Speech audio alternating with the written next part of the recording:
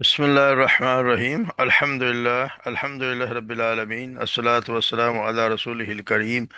أشهد أن لا إله إلا الله وحده لا شريك له وأشهد أن محمدا عبده ورسوله نبينا محمد صلى الله عليه وسلم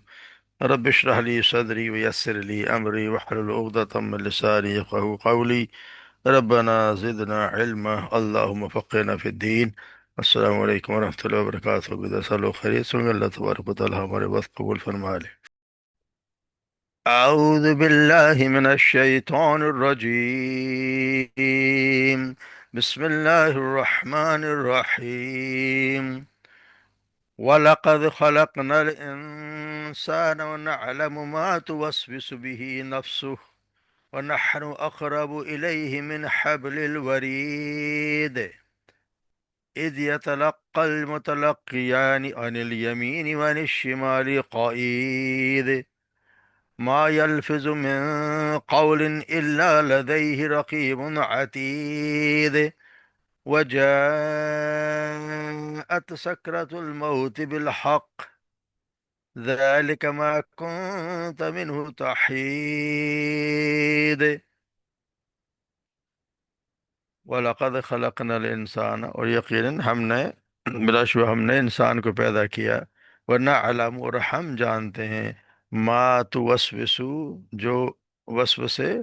ڈالتا ہے، بھی اس میں، نفس اس کا نفس. وَنَحْنُ أَقْرَبُ، اور ہم زیادہ قریب، پہلے حمزہ لگتا ہے اس کا زیادہ قریب، ہم زیادہ قریب ہیں، الے اس کے، من حبل الورید، اس کی ہاں ورید، حبل، یہ ورید کا یہ ایک نظر ہوتی ہے جس کو اردو میں کیا تو جان رگ سے بھی زیادہ قریب ہیں، اس کے جسم جان ہوتی ہے، جب جوگلر وین جس کو کہتے ہیں. اذ یتلقل مطلق، یعنی اذ یتلقل جب لے لیتے ہیں، یا قول جس کو یہ مطلق، یعنی دو لینے والے، یعنی عزیز کو وہ محفوظ کر لیتے ہیں، لے لیتے ہیں. عن الیمینی، یعنی بائیں دائیں طرف سے، وعن شمال بائیں طرف سے. قعید، وہ بیٹھا ہوا ہے، یعنی ایک بائیں طرف بیٹھا ہوا ہے، ایک دائیں طرف بیٹھا ہوا، دو فرشتے ہمارے ساتھ لگے ہوئے. ما یلفظ من قول، نہیں کوئی بھی عرب کوئی بھی بات نہیں نکلتی مگر وہ اسے، کوئی بھی انسان نہیں بولتا، من قول الا، مگر یہ کہ لدیہ رقیب عتید. لدیہ یعنی کہ اس کے پاس ہوتے ہیں، رقیب ایک نگراں فرشتہ، عتید تیار، یا اس کا ایک نگراں فرشتہ تیار ہوتا ہے جو اس کو لکھ لیتا ہے. کوئی بھی لفظ ہم بولتے ہیں اسے وہ، یا ما یلفظ من قول، کوئی بھی بات جو لفظ ایک بھی نکلتا ہے مگر یہ اسے ایک لکھنے والا جو تیار بیٹھا ہے لکھ لیتا ہے. وجاءت سکرۃ الموت، اور جب آتی ہے سکرۃ الموت، موت کی بے ہوشی طاری ہوتی ہے، بالحق، تو وہ حق کے ساتھ آ پہنچتی ہے نا، تیار، یعنی جا آ پہنچتی ہے موت کی بے ہوشی حق کے ساتھ. ذالک ما کنت منہ تحید، یہ ہے ما جو کنت تو تھا، منہ اس سے، تحید بھاگتا، تو اسے بھاگا کرتا تھا، یہ اب آ گئی ہے. تو اللہ تبارک و تعالیٰ، جیسا ہم پڑھتے آ رہے ہیں کہ اللہ تبارک و تعالیٰ دلائل، اصل میں ان مشرکین مکہ کو جن کا سب سے زیادہ تعجب اس بات کا تھا کہ مرنے کے بعد زندہ کس طرح کیے جائیں گے، تو یہاں اس کے متعلق اور دلائل دی جائیں. اور اللہ تبارک و تعالیٰ یہاں فرما رہے ہیں، اصل وسوسہ جو ہے نا، وسوسہ کہتے ہیں ہلکی یا کوئی دبی ہوئی کوئی ایسی حرکت یا آواز جو عام طور پر محسوس بھی نہ ہو، یا اس سے مراد وہ بات بھی ہو سکتی ہے جو بالکل آہستہ سے کسی کے کان میں کہی جائے اور صرف اسی کو سنائی دی، یہ بھی اسی میں آ جاتی ہے. یا پھر ایک وہ بات جو بغیر آواز کے کسی کے دل میں ڈال دی جائے، جیسے شیطان ہے یا اس انسان کا خود کا نفس ہے، وہ انسان کے دل میں وسوسے ڈالتا رہتا ہے. تو یہاں اللہ تبارک و تعالیٰ قیامت کے منکرین کو اس شبے کا جواب کہ جب ہمارے کا مٹی ہو گئے تو دوبارہ کیسے زندہ کیے. پہلے اللہ تبارک جیسے دے چکے ہیں کہ ہم جو ایک ایک ذرہ ذرہ بھی ہے اس کا جہاں بھی ہوگا ہم اسے اکٹھا کر لیں گے، اور اس کو ہم کیونکہ ہم اسے جانتے ہیں کہ وہ کہاں ہے، ہمارے ان سے باہر نہیں ہے، اور نہ ہی ہمارے قدرت سے باہر، تو ہم جب چاہیں گے اسے دوبارہ زندہ کر دیں گے. اب اللہ تبارک و تعالیٰ فرما رہے ہیں کہ وہ جو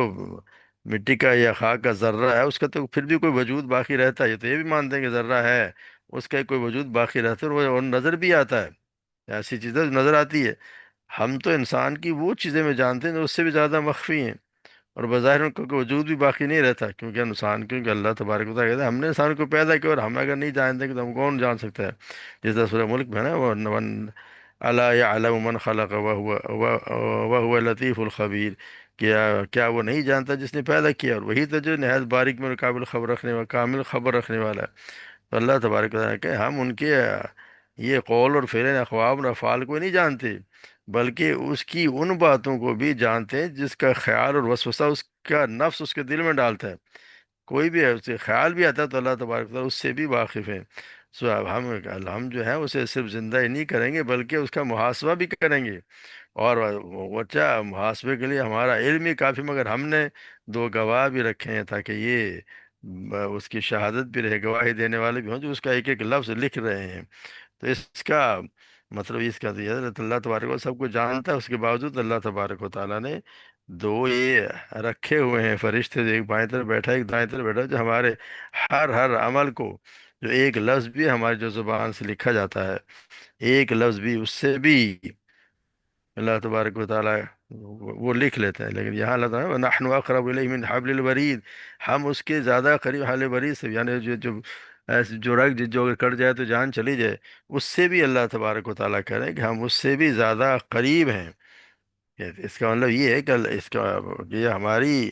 قدرت اور ہمارے علم سے انسان کے اندر اور باہر سے اس طرح گھیر رکھا ہے کہ اس کی جو گردن کے رگ ہے اس سے بھی اتنے قریب، وہ بھی اس سے اتنے قریب نہیں جتنے کہ ہمارا علم اور ہماری قدرت سے اس کے قریب ہے۔ اس کا یہ مطلب نہیں کہ اللہ تبارک و تعالیٰ کو ہمارے ساتھ ہر کسی کے ساتھ یہاں پہ لگے، ایسا نہیں ہے۔ یعنی اللہ تبارک و تعالیٰ کی قدرت اور علم کا علم اتنا قریب ہے، یعنی کہ مجھے بھی نہیں پتا کہ میرا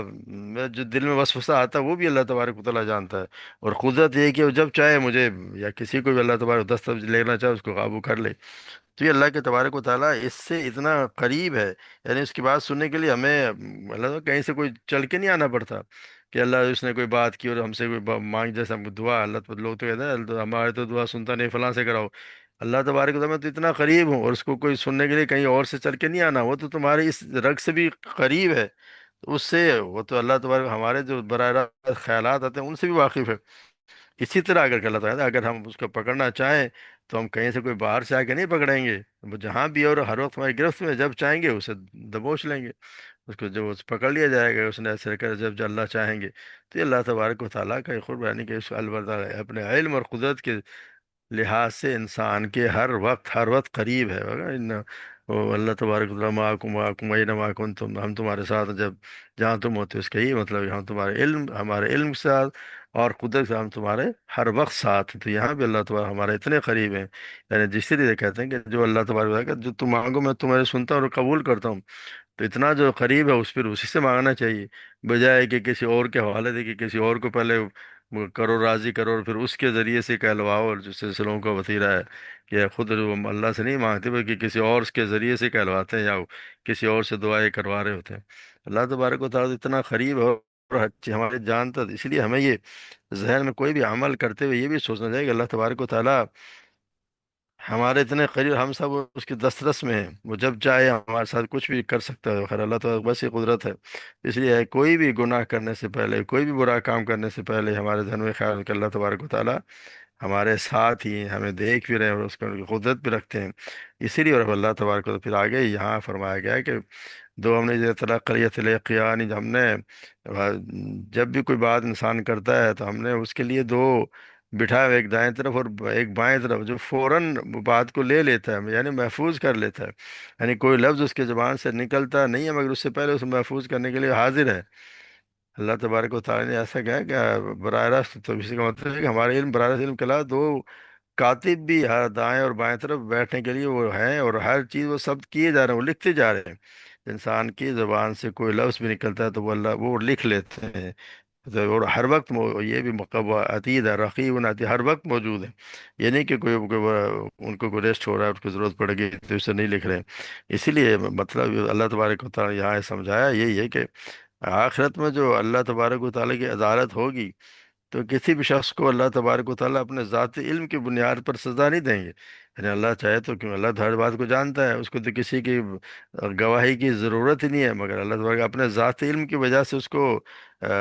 سزائیں، بلکہ عدل کی تمام شرائط پوری کر کے پھر اس کو سزا دے گا اللہ۔ اس لیے دنیا میں ہر شخص کے قول افعال کا مکمل ریکارڈ تیار کیا جا رہا ہے، اس کی کارگزاری کا پورا ثبوت ناقابل انکار شہادتوں کے ساتھ فراہم کیا جائے گا۔ پھر آگے ہے نا، وما یلفظ من قول الا لدیہ رقیب عتید، کوئی لفظ انسان کے منہ سے کوئی لفظ نکلتا نہیں ہے مگر جو محفوظ کے ایک بار حاضر باش پر نگران موجود ہے۔ تو وہ پھر قیامت کی جو قیامت ہوگی ہے، جیسے ایک سارے کے ساتھ ہم پڑھتے ہیں، آپ آتے ہیں نا کہ سورہ